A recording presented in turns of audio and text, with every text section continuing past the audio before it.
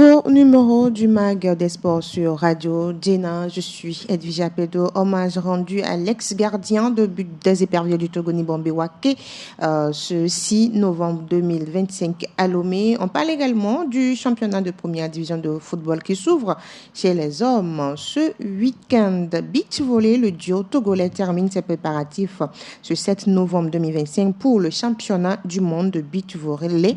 Nous serons en ligne avec le président de la Fédération togolaise de volleyball, Noël Kokou Tadegnon. Et nous irons également à l'international. Sur ce plateau, je suis avec Donaldo Bassinga.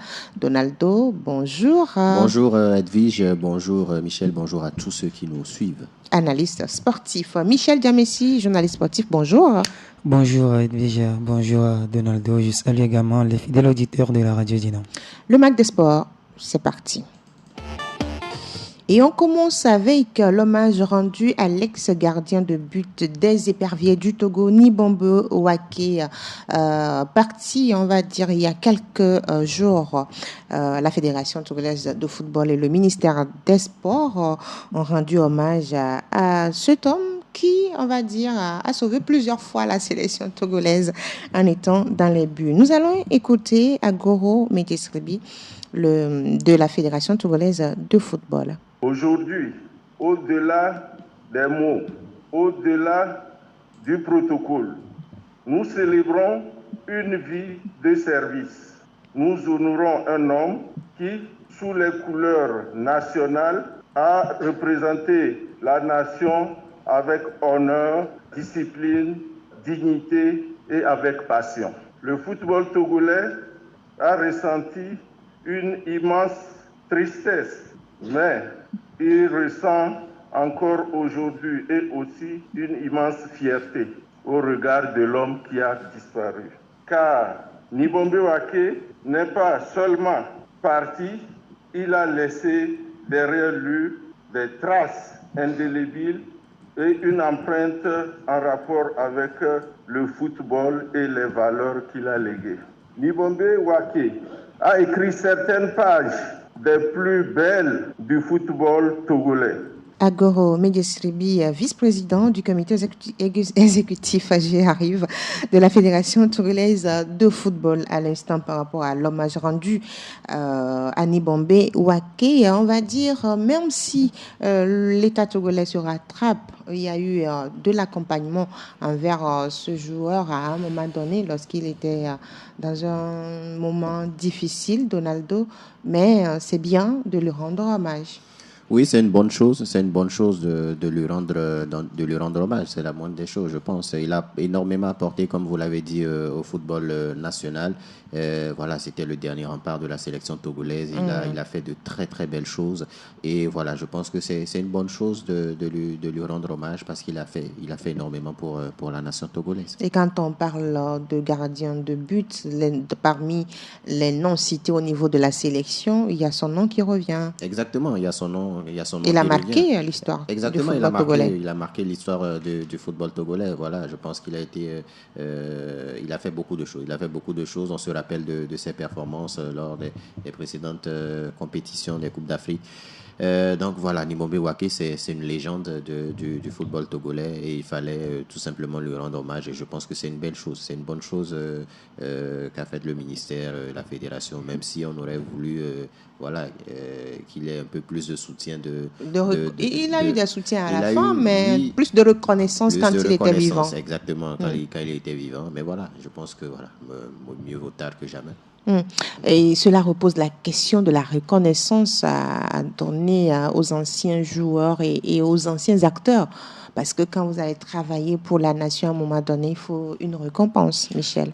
Oui, bien sûr. Je pense que lorsqu'on travaille pour une nation et que ça arrive à un moment, la nation également reconnaît le travail qu'a fait cette personne aujourd'hui. Nibombe Waké n'est plus dans le monde des vivants. Donc je pense qu'avec cette action, son âme également va se reposer en paix, puisque on sait bien qu'il y a des noms ici au Togo qui sont des noms légendaires. Par exemple, si on parle de Nibombe Waké, on va parler des joueurs, des anciens joueurs, même si j'ai plus connu les Akbalou Niavo, les Salou Bachirou, Tadjou et tout, c'est qu'ils ont apporté beaucoup pour le football aujourd'hui. Nibombe Waké Waké. D'autres l'attendent, mais ils ne le connaissent pas. Mais nous également, il ne jouait plus avant qu'on le connaît. Donc aujourd'hui, il n'est plus là. Oui, il faut également dire il faut dire merci à la FTF qui a su donc se rappeler de ce gardien pour lui rendre ce dernier hommage. Il faut mettre en place peut-être un prix ou qu'est-ce qu'il faut mettre en place pour reconnaître vraiment ces acteurs qui ont contribué, on va dire, d'une manière ou d'une autre au développement du football même, ou même au développement du sport.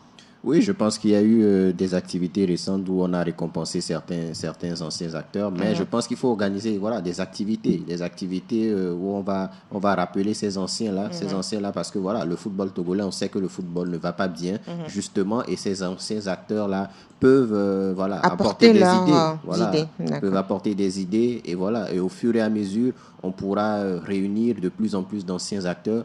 Et puis, voilà, dans cette optique-là, une fois que ce sera fait, on pourra penser peut-être à des récompenses, etc. Mais voilà, il y a beaucoup d'anciens qui sont là. J'ai vu lors de cet hommage des anciens joueurs qui étaient là. Donc, voilà, ils sont toujours là.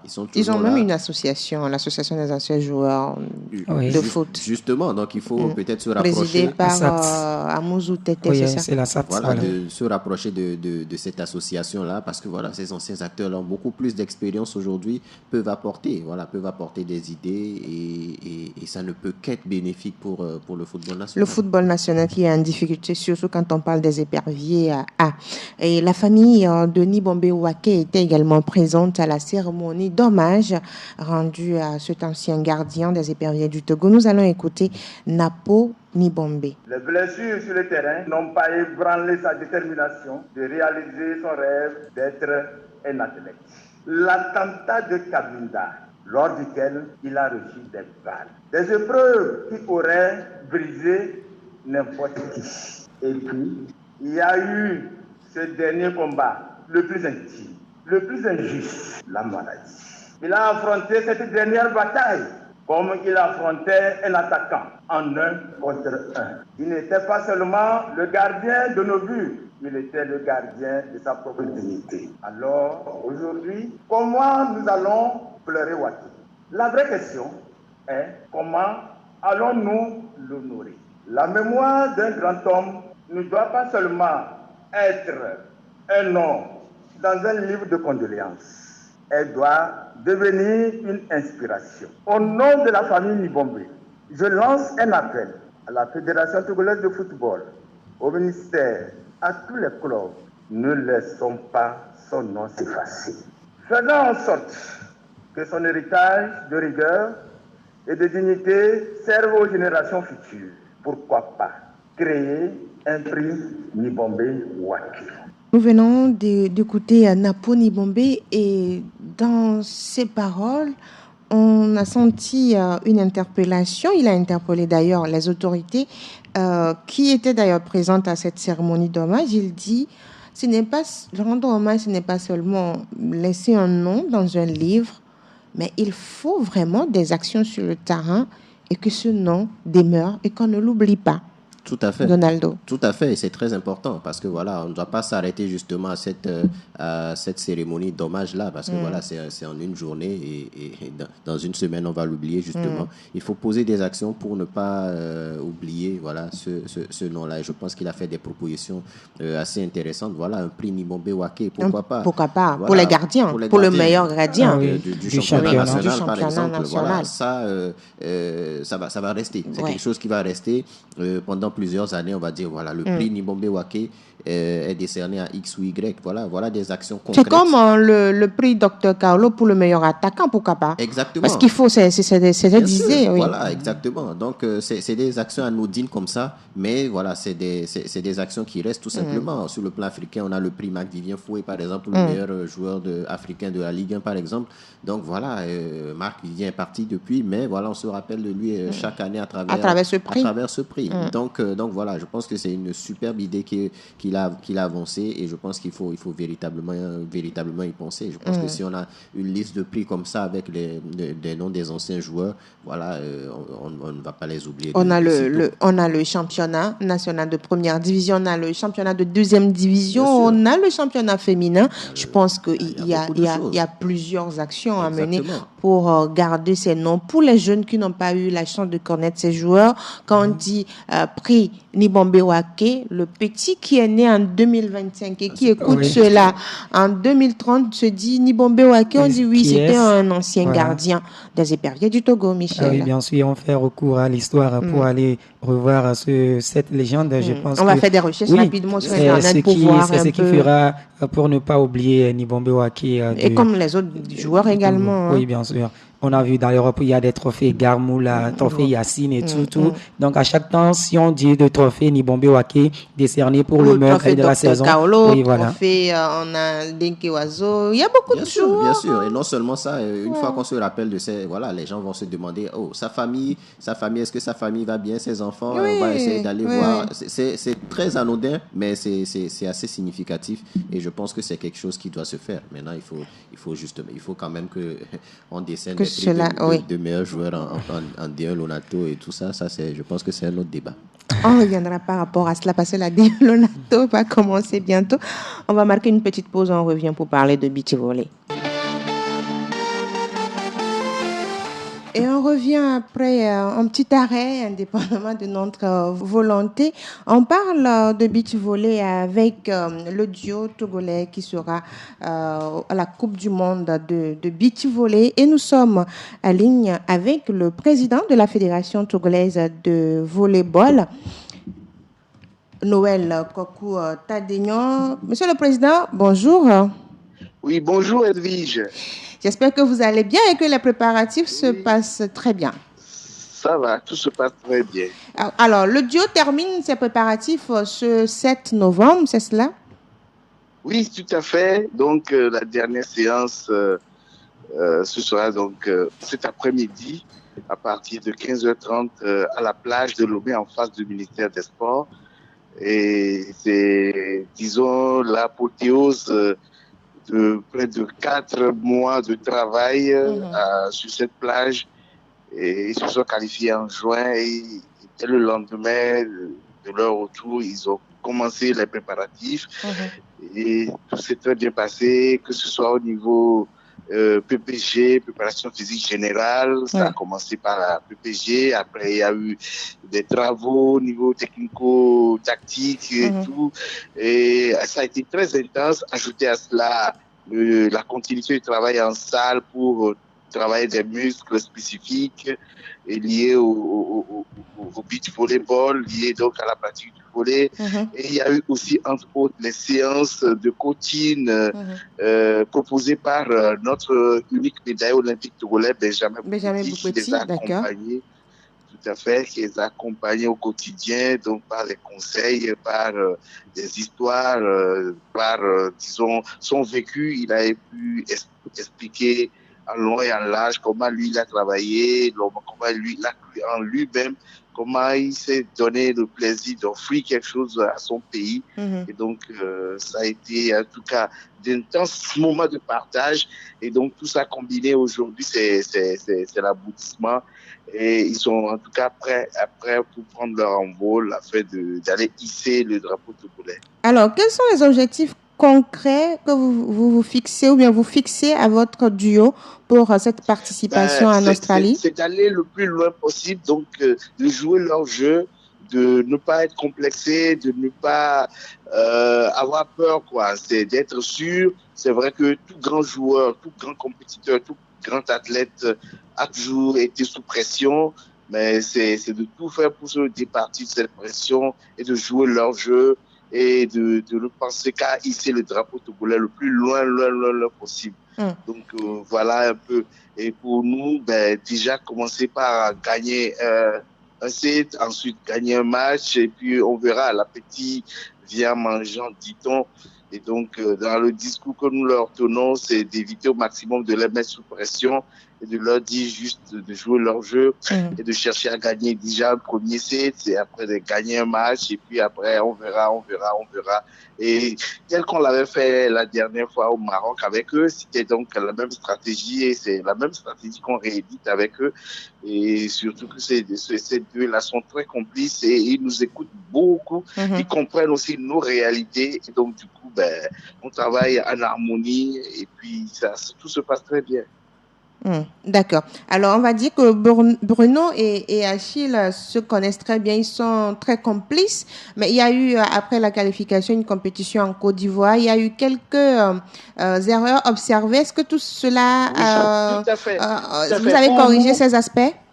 Oui, tout à fait. Pour nous, les résultats de la compétition zonale à Abidjan étaient quelque part pour nous à la fédération, c'était positif parce qu'on allait croire que on était déjà fait prêt quoi. Et si on avait survolé cette compétition, si on avait gagné, on n'allait pas se remettre en cause à fond. On allait croire que c'était acquis. Et donc c'est vrai que pour le public, oui, ce n'était pas ça, mais pour nous en interne, au niveau technique, et également la direction technique, on s'est dit, oui, c'est bien que ça leur arrive et on doit pouvoir tirer toutes les leçons et apprendre, retravailler complètement. C'est ce qui a été fait. Tout a été redéployé, le travail a été revu complètement. Et aujourd'hui, ils gardent la tête sur les épaules. Et ils savent que tout est possible. Donc, voilà. Le duo quitte Lomé quand? Dimanche. Le duo quitte Lomé dimanche. Le 9 novembre. Voilà, dans la journée de mardi. Donc, c'est quand même un voyage très long. Oui. Mais en tout cas, par rapport au travail qui a été fait avec Benjamin Petit, également par un médecin donc, désigné par le ministère des Sports qui les a aidés dans le cadre de la préparation du décalage horaire. Oui. La longueur du voyage doit être mis à profit pour qu'ils soient fatigués et dès qu'ils arrivent à Adélaïde, qu'ils dorment suffisamment afin de récupérer et de se relancer. Et donc, c'est tout un travail qui a été fait. Et nous profitons d'ailleurs pour remercier le ministère pour son implication depuis la qualification jusqu'à ce jour. Et mettre à disposition un médecin spécialiste des questions de décalage horaire, c'est quand même quelque chose d'exceptionnel parce que entre Lomé et Adélaïde, il y a 10h30 de décalage. Et il faut bien préparer l'organisme. Hein? Exactement. C'est-à-dire que quand il est 15h à Lomé, et il est 1h30 du matin à Adélaïde. Il faut préparer son corps pour pouvoir être bon sur le terrain. Oh, d'accord. Alors, on revient au développement local du beach volley, Monsieur le Président. Aujourd'hui, avec ces performances du duo Bruno et Achille, quelle est, on va dire, la stratégie que vous mettez en place pour développer réellement le beach volley au niveau national et pour vous imposer au plan régional, et après on va parler du continent? Oui, ce travail a déjà commencé depuis un bon moment. On a un vivier qui est là avec des jeunes. Donc, on ne va pas même dire dès maintenant que ce qu'on prévoit faire. On a commencé déjà. On a eu à faire des festivals de détection. On a eu à faire des regroupements des jeunes du joueur de beach volley, des U15 et des U18 filles et garçons. Et aujourd'hui, les sélectionneurs nationaux des jeunes, tout comme la direction technique, ils ont la liste de tous ces joueurs et en fonction de leur âge, on fait tout un travail pour pouvoir les accompagner. Et je crois que juste après Adélaïde, on prévoit une compétition encore pour ces jeunes. Généralement, c'est des festivals qu'on organise pour eux. Et le festival est suivi d'un camp. Un camp peut-être d'une journée ou deux en fonction de nos moyens. On essaie de les réunir et de travailler avec eux et de nous projeter. Donc, on s'est réveillé depuis un très bon moment parce que on s'appuie sur l'histoire de Sabani et de Koutouka parce que les deux ont commencé le volleyball très tôt, très jeunes, et ont donc pris le virus du beach volley aussi très jeune. Et ça fait ce que nous voyons là, ça fait 10 ans de travail. En fait. 10 ans de travail. Et c'est le lieu de remercier, de féliciter le père d'Achille Samani Valentin, qui est le sélectionneur des jeunes actuellement, qui a été d'ailleurs joueur de beach, joueur de volley, joueur de beach, et qui très tôt a compris qu'on a du potentiel au beach et qui travaille avec les jeunes depuis toujours. Et quand je l'avais contacté de nouveau, on a eu des réunions, on a discuté, je lui ai dit, ben, voilà, tu as réussi à nous sortir 2 grands joueurs, et ton fils et Kotoka. Maintenant, on veut encore te solliciter pour nous aider à sortir encore de meilleurs pères, et pas seulement chez les hommes, mais chez les dames aussi. Filles. Exactement. Donc, on a un travail qui est fait en ce moment. Et récemment, on était à Accra pour une compétition de la zone 3 avec 2 équipes, une équipe fille et une équipe garçon. Et donc, ça va continuer. Donc, on va travailler sérieusement là-dessus. Et beaucoup nous ont reproché d'abandonner le volleyball assise pour ne nous consacrer au beach. Mais le championnat a été organisé d'ailleurs. Voilà, le volleyball assise au niveau national est toujours là. On fait tout pour que ça se développe. Maintenant, voyager avec une équipe de volleyball assise dans notre contexte actuel où on n'a pas les moyens, ben, c'est pas évident. Et donc, du coup, moi, ma stratégie telle que je l'avais proposée dès le départ, c'est de nous appuyer sur le beach pour pouvoir aider le volleyball après. Et aujourd'hui, je crois que les faits me donnent raison parce que j'ai été sérieusement critiqué même en interne par rapport à cette stratégie. Les gens n'avaient pas compris ce que je proposais, quoi. Aujourd'hui, on peut dire qu'il y a un regard sur le volleyball de façon générale à travers le résultat obtenu par les joueurs de beach volley. Donc voilà, Donc la vision, elle est claire, on va dire. La vision, elle est claire au niveau de la fédération, faire évoluer le beach volley au plan national et les regards vont se tourner vers le volleyball classique et on va dire le volleyball va se réveiller d'une manière générale. Exactement. D'accord. Alors, pour vous laisser partir, Monsieur le Président, un mot? Ben, merci déjà, Edwige, pour tout le soutien, parce que c'est énorme le soutien que vous nous apportez, que la presse apporte au volleyball togolais, c'est énorme. Et tout ce qu'on a à dire, c'est merci pour tout ça.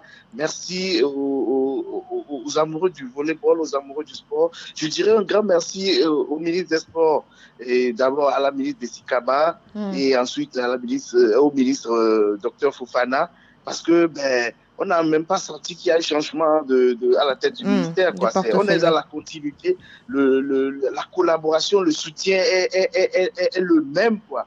Et donc, ça nous réjouit énormément parce que ça motive à travailler encore plus, à se donner encore plus, d'abord en tant que dirigeant et ensuite en tant que joueur. Parce que quand on voit les plus hautes autorités vous soutenir, vous accompagner, vous appeler, qui cherchent à savoir comment les choses évoluent, vous ne pouvez que bien travailler. Et donc, nous sommes dans cette dynamique-là. On leur dit merci. Merci à tous les Togolais qui nous soutiennent.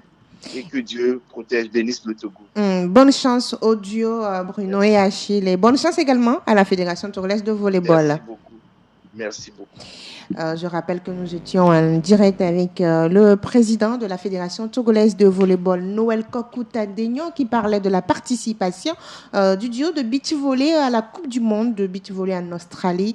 Donaldo, l'équipe, on va dire, est prête. Oui, l'équipe est prête et on ne peut que leur souhaiter bonne chance. Le président l'a souligné, l'appétit vient en mangeant. Donc voilà, cette équipe-là... Ne pas se mettre la pression. Exactement, ne pas se mettre la pression à aller. De toute façon, ils n'iront pas gagner la Coupe du Monde. Voilà, ils sont allés pour apprendre, pour acquérir de l'expérience. Voilà, c'est un beau duo, voilà, qui s'entend assez bien. Donc je pense qu'ils peuvent aller faire de bonnes choses, comme le président l'a dit. Voilà, gagner un set, gagner un match et pourquoi pas, voilà, gagner... passer une étape, pourquoi pas. Donc voilà, on leur souhaite bonne chance. Ils se sont bien préparés et on espère que voilà, cette équipe va progresser à travers cette compétition-là. La paire Bruno Achille, c'est une paire qui est là depuis, on va dire, 10 ans. Le président vient de le dire, ça fait 10 ans de travail et c'est ce qu'on est en train de voir aujourd'hui. Ah oui, bien sûr, Bruno Kotoka lui-même, il avait souligné quand il était passé dans cette émission du Mag des Sports. Et je pense qu'aujourd'hui, Bruno et Achille se connaissent très bien. Ils peuvent aller faire de bonnes choses sur la terre australienne, puisqu'on a vu également les préparatifs, tout ce qui a été fait du côté de ces deux athlètes. Je pense que le Togo ira tout d'abord ces 3 matchs. Ils auront à jouer face à la formation de la Tchèque. Ils vont jouer face à la Lettonie et aux États-Unis. Je pense que également ce sont des nations qui, sur la copie ou bien sur la feuille de match, ils partent favorites devant le Togo. Mais je pense qu'avec Achille, eh bien, ça, il ne faut pas se mettre la pression et juste aller se dire que on peut le faire également. Et voilà, je pense que le Togo pourra aller faire de belles choses. Voilà ce qu'on peut dire par rapport à la Coupe du Monde de beach volley qui va se jouer en Australie. Le Togo, il sera avec son duo Bruno et Achille. Le duo quitte Lomé le 9 novembre. Si vous voulez vraiment suivre ce qui a été fait et connaître le duo, faites le déplacement ce 7 novembre à la plage de Lomé pour vivre la dernière séance d'entraînement de cette équipe. La saison 2025-2026 s'ouvre au niveau de la Fédération togolaise de football avec la D1 togolaise de football. Le match d'ouverture du championnat est prévu ce samedi 8 novembre 2025 au stade municipal de Lomé à 15h entre l'AS OTR et l'Étoile filante. Donaldo, on va dire, les choses reprennent pour les clubs de première division. 5 mois plus tard, le championnat. Une saison après. Oui, voilà, le championnat reprend. On est très content, en tout cas, de retrouver ce championnat domestique. Voilà, il y a 14 équipes qui sont dans les starting blocks au coup d'envoi de ce championnat-là, voilà, avec le Dynamique togolais et Massi qui sont de retour, revenus, les rouges qui sont de retour. Exactement, les deux rouges qui sont de retour. Et voilà, l'ASCK qui va remettre son titre en jeu dès demain. Donc voilà, ça va être, en tout cas, on l'espère, une saison assez alléchante. J'espère que les équipes sont prêtes, que la fédération est prête, que les arbitres sont prêts. En tout cas, c'est annoncé pour commencer demain. J'attends demain pour être sûr que c'est annoncé pour ce samedi 8 novembre. AS OTR, Étoile filante au stade municipal de Lomé. AS Bina Entente de Akara, mais le match de l'AS Bina est prévu à 15h15, un petit décalage peut-être dû à la température actuelle. Le 9 novembre, c'est-à-dire le dimanche, ASCO. Qu'est-ce que j'ai aujourd'hui? Asco, les condamnés de la Cosa jouent Gomido de Palimé à Kara à 15h au municipal de Kara. Unisport de Soko de reçoit AS Bolesou. AS Tambo reçoit de son côté à Takpame AC Barracuda. FC Espoir du Zior croise au municipal de Tchévier Semassi de Sokode qui est de retour en première division après, on va dire, une année de relégation ou bien une saison de relégation. Le Dynamique togolais de son côté joue le champion en titre ASK Michel Dito ASK. C'est devant Dito que l'ASK met en jeu le retour des robots rouges dans cette division d'élite. Il faut le dire tout simplement que cette formation fera face au champion du Togo en titre, l'ASK, qui a également fait mal à l'AS Bolesou l'autre fois en rapportant la Super Coupe du Togo 3-0. Je pense qu'en ce moment, l'équipe la plus en forme, c'est l'ASK. Il va falloir le dire, même si l'ASCO peut-être... Parce qu'elle a gagné la Super Coupe. Mais pas ça, parce qu'on a vu également ce que l'ASK avait fait la saison passée avec l'absence de l'ASCO qui a mis forme. L'ASK en a profité. Et cette saison également, il faut le dire, l'ASK fait partie également des favoris de ce championnat. Si l'ASCO se réveille également pour remporter le championnat, l'ASK sera peut-être deuxième. Mais si l'ASCO ne se réveille pas, l'ASK sera encore peut-être champion. Puisque si on prend aujourd'hui les clubs du Togo... Et l'AS Bolesou qui était deuxième, on peut également compter l'AS Bolesou dans les outsiders, puisque l'AS Bolesou, oui, et c'était l'objectif. L'OTR aussi. C'était l'objectif la saison passée, puisque Bolesou disait bien sûr qu'ils voulaient jouer le continent. Donc du coup, ils ont su arriver. Et donc cette saison, on verra également leur objectif, puisque l'autre fois, l'attente de l'objectif, c'était de jouer le maintien au haut du tableau. Donc tous les clubs ont également leur objectif pour la saison. Quels sont les clubs que vous voyez mettre du piment, on va dire, dans cette nouvelle saison? Moi, je pense qu'il faudra attendre les premières journées, véritablement, pour voir qui va mettre le bima ou pas. Justement, parce qu'il faut voir les effectifs. C'est vrai qu'il y a très peu de communication. Unisport qui annonce une dizaine de nouvelles 14 de recrues. Oui, du côté de l'attente. Une quinzaine, on va dire. Oui, une voilà, avec même l'entraîneur qui a changé. Donc voilà, il faut véritablement voir le début de saison pour savoir. Mais comme ça, avant ce début de championnat, il faut dire que la SCK repartira favorite à sa propre succession. Tout comme l'ASCO également. L'ASCO qui a 5 titres d'affilée. Voilà, après ces 5 titres, a laissé la couronne à son concurrent direct, reviendra avec beaucoup de recrues également. Est-ce que ces recrues-là, il y aura l'adaptation immédiate? C'est des questions qu'il faut se poser. Vous avez parlé tout à l'heure de Boulouessou qui sera toujours là. Et l'AS OTR, moi je mets un pion véritablement sur l'AS OTR. Attention, peut-être qu'à la deuxième journée, je vous dirai que l'AS OTR sera champion. J'avais dit l'ASK, je l'avais annoncé. Donc, soyez attentifs au match des sports parce que je vais annoncer dans quelques semaines le futur champion. On va parler de ces deux qui viennent d'arriver, qui sont de retour en première division. Je vais parler de Semassi et de Dito. Au vu de la pré-saison, est-ce que vous pensez qu'ils sont prêts pour le championnat? Oui, aujourd'hui, si on pense Semassi, c'est, je dirais, le club le plus titré du Togo. L'autre fois, même si Semassi a été battu par la SCK, il faut le dire, c'est la SCK. C'est le match amical. C'est un match amical, mais également les matchs amicaux, ça compte. Donc aujourd'hui, Semassi, avec une relégation d'une saison, ils sont de retour. Je pense que Semassi ne viendra plus pour retourner en deuxième division. Ils vont tout faire cette saison. C'est sur le terrain que ça se joue. Cette saison, chercher au moins à se maintenir dans ce championnat et pourquoi pas la saison 2026-2027 chercher également à aller au haut du tableau du côté du dynamique togolais. Je pense que également ils ont bataillé pour revenir dans cette division, donc ils vont tout faire pour rester encore pour jouer le maintien. Donado, vous êtes d'accord avec Michel? Oui et non. En tout cas, pour moi, ça va être compliqué pour ces deux équipes. Je pense qu'on avait les mêmes discours et les mêmes attentes par rapport à l'Étoile filante et le CDF ACNUR la saison dernière. En début de saison, on disait que voilà, l'Étoile filante, c'est un club historique, ils vont revenir, ils vont jouer le haut du tableau. Le CDF ACNUR, c'est une équipe qui a produit du jeu, ils vont revenir jouer le haut du tableau. Mais on s'est rendu compte tout de suite qu'il y a une grosse différence entre la première et la deuxième division et on ne peut pas revenir directement et faire de bonnes choses. En tout cas, sur le papier, Semassi a les arguments pour faire de belles choses, mais attention, il y a une grosse différence entre la D2 et la D1. Donc, je pense que l'objectif premier sera le maintien déjà et avant de pouvoir prétendre justement aux premières places. En tout cas, moi, pour le Dynamique togolais, j'ai quand même un peu peur parce que voilà, j'espère qu'ils ne vont pas faire l'ascenseur. Aller-retour. Voilà qui est dit. La première division tout classe de football démarre ce 8 novembre avec la première journée à SOTA qui joue Étoile filante AS Bina croise Entente 2 le dimanche 9 novembre à 15h. ASCO croise Gomido, Unisport AS Bolosso, AS Tambo joue AS Barracuda, Espoir croise Semassi. Dito sera en déplacement à Kara pour jouer. Non, c'est Dito qui reçoit plutôt. C'est l'ASK, le champion en titre, qui sera en déplacement à Lomé pour jouer le Dynamique togolais au stade de la JCA d'Aguenivé. Et puis, la D1 togolaise, ou bien le championnat féminin de football se poursuit avec la 12e journée dans la poule B. Ce 7 novembre, ASCO féminine joue Fouadan de Dapaon. Le 8 novembre, Semassi s'oppose à AS Tambo. US Koro qui donne rendez-vous à Doumbé de Mango le 9 novembre à 15h.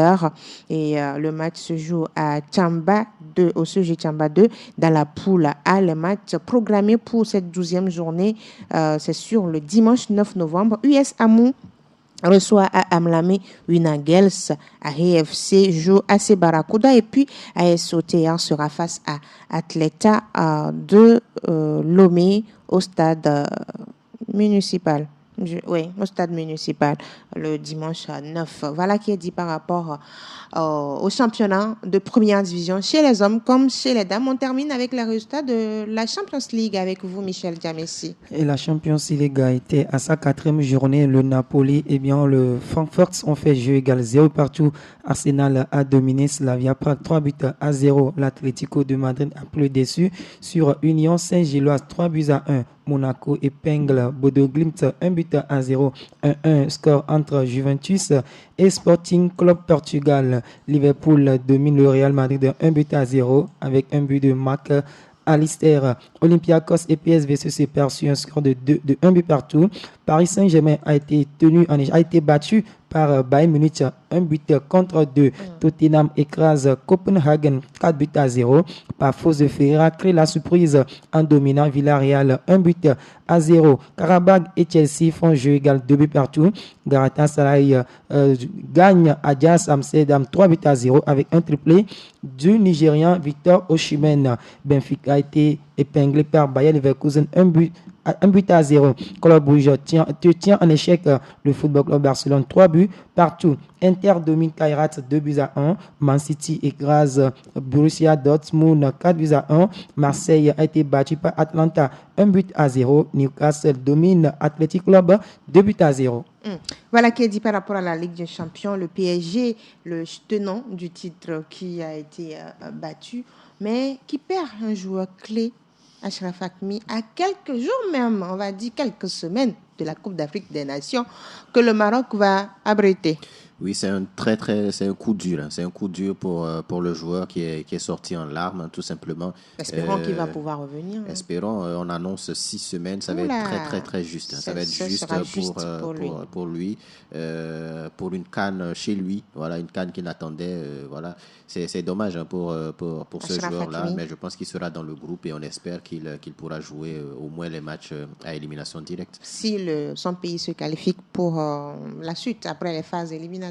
Oui, je pense que le Maroc est l'une des favorites. Et même ça, c'est sûr. Ça, c'est sûr. Sans Achraf Hakimi, même sans Hakimi, je pense que le Maroc va sortir des poules. Le Maroc va sortir des poules. Et sera l'une des favorites avec le Sénégal pour le sac. Le FC Barcelone aussi qui titube.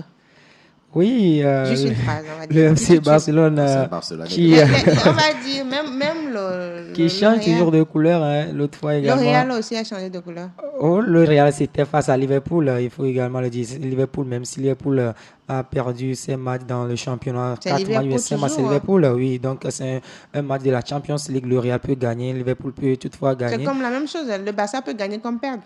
Oui, mais c'est face au Club Brugge. Le Barça, si on dit Barça joue face au Club Brugge, on peut dire le score 4-0, 5-0, 3-0 pour Barcelone. Mais si le score revient à 3 buts partout, c'est que le Football Club Barcelone n'a pas été vraiment à la hauteur de la rencontre. Si on voit également le match, les clubs bourgeois ont également dominé, puisque si on parle de la possession, le Barça a pris, mais la pression, la rigueur, l'intensité, c'était du côté des clubs bourgeois.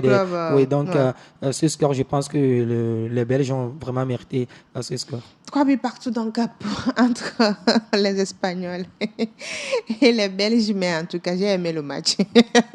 Oui, ils auraient même pu perdre en fin de match si l'arbitre n'avait pas décidé. Mais il y avait eu faute. Oui, mais je pense qu'il y a eu des antécédents. Il y a eu des antécédents dans le match. C'était très léger, en tout cas. Voilà ce qu'on peut dire. Merci Michel Diamessi. Merci. Merci Donado Bassinga. Merci Edwige. Merci à vous chers auditeurs. Merci à vous chers sportifs également pour la fidélité d'écoute et la fidélité au Mag des Sports qui s'arrête ainsi. On se donne rendez-vous le lundi à partir de 10h GMT hors du Togo pour d'autres actualités sportives. Mais avant, on se retrouve sur les différents terrains de jeu. Il y a il y a plusieurs compétitions au niveau du Togo. D'ici là, portez-vous bien. Je suis Edwige Apedo et merci à la réalisation technique.